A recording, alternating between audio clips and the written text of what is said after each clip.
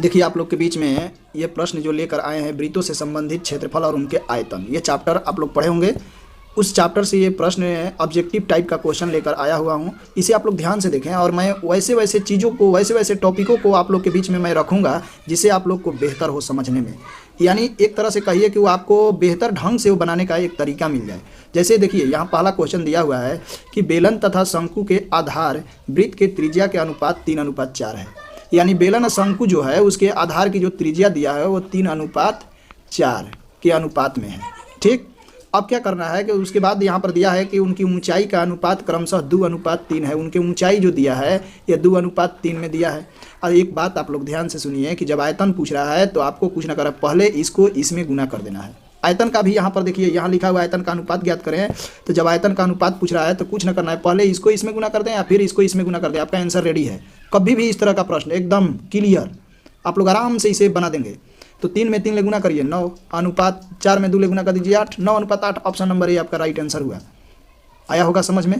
तो समझ में इस तरह आप लोग देखिए। एक और बात मैं बताना चाहता हूँ आप लोग को कि यहाँ पर जो हम क्वेश्चन आप लोग के बीच में जो रख रहे हैं, ये क्वेश्चन शॉर्ट तरीका से, जो ऑब्जेक्टिव हम लोग के 50 नंबर का आता है उसको हम लोग को यहाँ से अध्ययन करना है और एक बेहतर ढंग से होना चाहिए। जैसे मान लीजिए कि बनाने में हम लोग को जल्द से जल्द, जितना जल्द हो, क्योंकि 1 घंटा में 50 क्वेश्चन टच करना पड़ता है।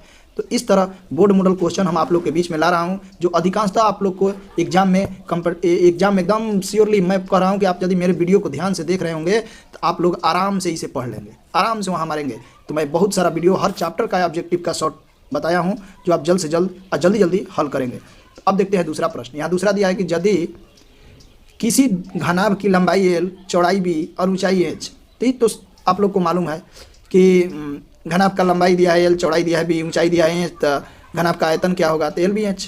ये तो क्लियर है, ऑप्शन नंबर ए। देखिए क्वेश्चन नंबर अब तीसरा पर हम लोग आएंगे। तीसरा दिया है एक बेलन और एक शंकु के आधार समान है। एक बेलन और एक शंकु दोनों का आधार समान है। जैसे मान लीजिए कि ये बेलन हो गया और एक शंकु हो गया जो इस आकार का होगा।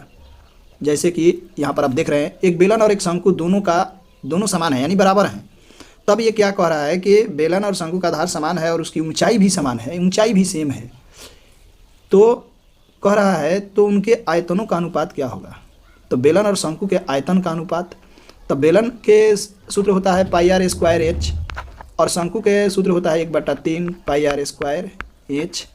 अब यहाँ पर देखिए ये क्या बोल रहा है हम लोगों से, तो इसको यहाँ पर इसको हम लोग तिरछा गुना कर लेंगे। इसके नीचे 1 हो गया और यह 3 है, 3 से इसको गुना करेंगे तो 3 πr² h और बराबर में इधर लिख देंगे πr² h।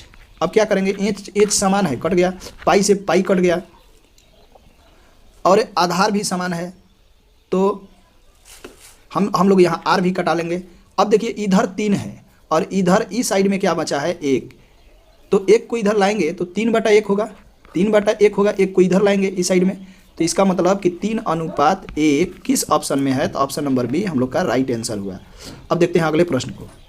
देखिए यहाँ पर अगला प्रश्न है कि r त्रिज्या का गोले का आयतन। तो गोला का आयतन तो आप लोग जानते ही हैं 4/3 πr³। ये हो गया ऑप्शन नंबर ए आंसर। देखिए अब दूसरा प्रश्न है कि 2 बेलन के त्रिज्या का अनुपात, 2 बेलन है, यहाँ ध्यान देने वाली बात है कि 2 बेलन है, उनके त्रिज्या का अनुपात 1:2 है और उनके ऊंचाई का अनुपात 5:3 है। तो ध्यान से देखिएगा, 2 बेलन है, एक का अनुपात दिया हुआ है कि 1:2 इनका त्रिज्या है, यानी यहाँ त्रिज्या है और उनके आयतनों का, तो पहले बेलन के तो देखिए ये R1 हो जाएगा और ये R2 हो जाएगा, यानी त्रिज्या है। उसी तरह उनके ऊंचाई भी दिया हुआ है कि 5, तो ये h हो जाएगा H1 और उनके अनुपात दिया है तो ये 3 दिया है H2। अब हम क्या करेंगे कि दोनों बेलन के आयतन का सूत्र लिखेंगे। तो बेलन का आयतन क्या होता है πr, r तो पहले के लिए r 1 दिया है तो हम यहाँ गुना πr² h, 1 गुना 1 गुना h पहले के लिए 5 है।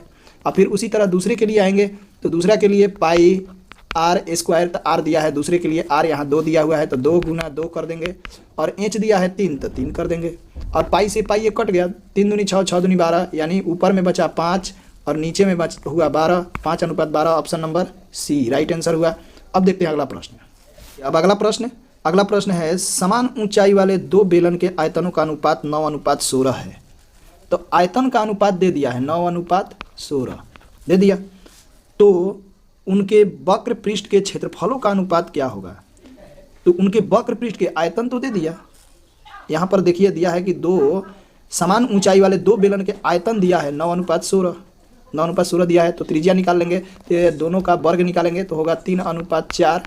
अब पूछ रहा है कि उनके क्षेत्रफलों का स्क्वायर, तो क्षेत्रफल का 3:4, सॉरी यहाँ क्वेश्चन ये गलती कर दिया है, उनके क्षेत्रफलों का नहीं उनके त्रिज्या का अनुपात क्या होगा 3:4। यहाँ पर ऑप्शन नंबर ए होगा।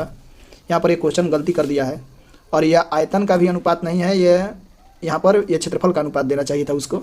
अगले प्रश्न को देखते हैं। प्रश्न है कि एक घन का संपूर्ण पृष्ठीय क्षेत्रफल 216 है। एक घन का संपूर्ण पृष्ठीय क्षेत्रफल के सूत्र का होता है 6 गुना भुजा स्क्वायर, 6 गुना भुजा स्क्वायर होता है। तो 6 गुना भुजा स्क्वायर, तो क्षेत्रफल तो दे दिया है 216, तो 216 इधर क्षेत्रफल हम लिखेंगे अब बराबर 6 गुना भुजा स्क्वायर, तो 216 है बराबर 6 गुना ए स्क्वायर। अब हम क्या करेंगे कि 6 से 216 को कटा देंगे, ये कटेगा कितना 36 बार में, तो ए स्क्वायर है। अब इसको वर्ग करेंगे, स्क्वायर है तो इसको स्क्वायर हटाएंगे तो यहाँ से तो ये रूट में आ जाएगा, तो ये 6 हुआ 36 का वर्गमूल, यानी ए बराबर 6 आया। और पूछ रहा है कि इसका आयतन बताइए, तो घन का आयतन होता है भुजा क्यू, यानी 6 गुना 6 गुना 6 यानी 216, यानी इसका आंसर भी ऑप्शन नंबर डी होगा 216। क्षेत्रफल भी 216 है और इसका आयतन भी 216 आया। देखिए ये यहाँ पर क्वेश्चन दिया है कि दो बेलन के त्रिज्या का अनुपात 2:3 है। अभी अभी हम पीछे बताए हैं उसी तरह का मैथ है कि दो बेलन के त्रिज्या का अनुपात 2:3 है, यानी R1 2 है, R2 3 है। तो और उनकी ऊंचाई का अनुपात भी दे दिया है 5:3। तो हम लोग क्या करेंगे यहाँ पर देखिए हम लोग उनके आयतन का अनुपात, तो दोनों बेलन को हम यहाँ पर सूत्र लिखेंगे, तो यहाँ लिखेंगे कि पाई R square H, R1 square H, H1 भी कर देंगे, और उसी तरह पाई आर स्क्वायर माने R2 के स्क्वायर H2 कर देंगे। अब बस यही काम करके बना देना है। पाई से तो पाई यहीं कट गया, तो R1 क्या है, तो R1 2 है, 2 गुना 2 करेंगे, H कितना है, H यहाँ पर H1 के लिए 5 दिया है।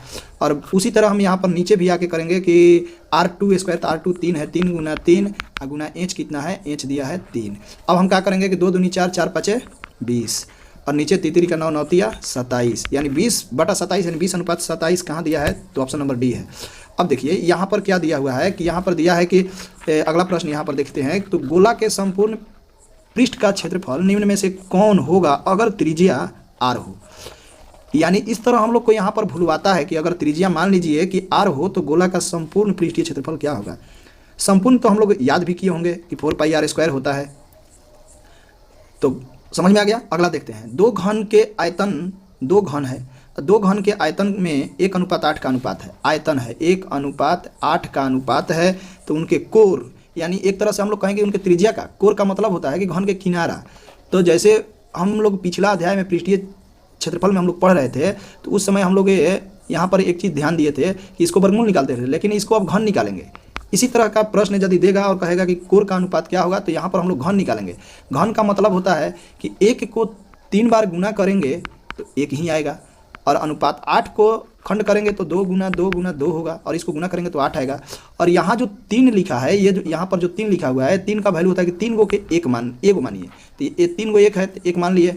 उसी तरह यहाँ पर 2 भी 3 है तो इसको 1 2 मान लिए, तो ये हो गया 1:2। किस ऑप्शन में है, तो ऑप्शन नंबर बी। अब एक यहाँ पर देखिए कि बेलन का वक्र पृष्ठ का क्षेत्रफल क्या होता है। बेलन के वक्र पृष्ठ तो आप लोग को याद होगा 2πrh ऑप्शन नंबर सी में दिया है। देखिए एगो यहाँ पर ए में दिया है 2rh, देखिएगा इस पर भी आप लोग ध्यान दीजिएगा, नहीं तो हड़बड़ में गड़बड़ हो जाता है। हाली के चक्कर में सही क्वेश्चन भी याद रहेगा उसको भूल जाते हैं। यहाँ पर देखिए लिखा हुआ कि निम्नलिखित में बेलन का आयतन निकालने के सूत्र क्या है। बेलन के आयतन निकालने का सूत्र तो हम लोग जानते हैं क्या है, तो बेलन के आयतन के सूत्र यहाँ पर है πr²h, ये हो गया। तो आप लोग को उम्मीद करता हूँ कि ये वीडियो पसंद आई है तो लाइक करें और शेयर करें, और यदि अभी तक वीडियो सब्सक्राइब नहीं किए हैं तो कर लें, क्योंकि आप लोगों के बीच मैं इस तरह का वीडियो हमेशा लाता रहता हूँ। आप लोग यहाँ पर यदि नए हैं तो सब्सक्राइब कर लें, और पुराने हैं तो लाइक कर दें, और मिलते हैं नेक्स्ट वीडियो में। Thank you all of you.